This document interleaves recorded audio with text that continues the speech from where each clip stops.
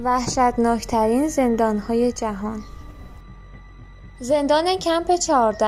این زندان به عنوان ترسناکترین زندان شناخته میشه و به شکل یک اردوگاه کار اجباری مدرن عمل میکنه. حدود 4000 زندانی شامل زنان و کودکان در شرایط غیر انسانی و با کارهای سخت و شکنجه‌های وحشتناک نگهداری میشه. زندانیان به شدت گرسنگی میکشن و در صورت خوردن غذای غیر مجاز ممکنه بلافاصله اعدام بشن. زندان بلک دلفین روسیه.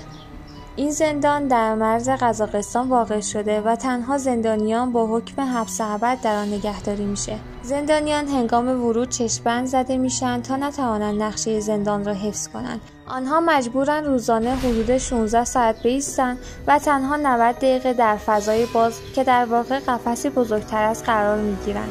این زندان میزبان خطرناکترین و روانی‌ترین مجرمان روسیه است. زندان دیاربکر ترکیه. این زندان به دلیل تاریخچه طولانی شکنجه‌های سیاسی و روانی شناخته شده.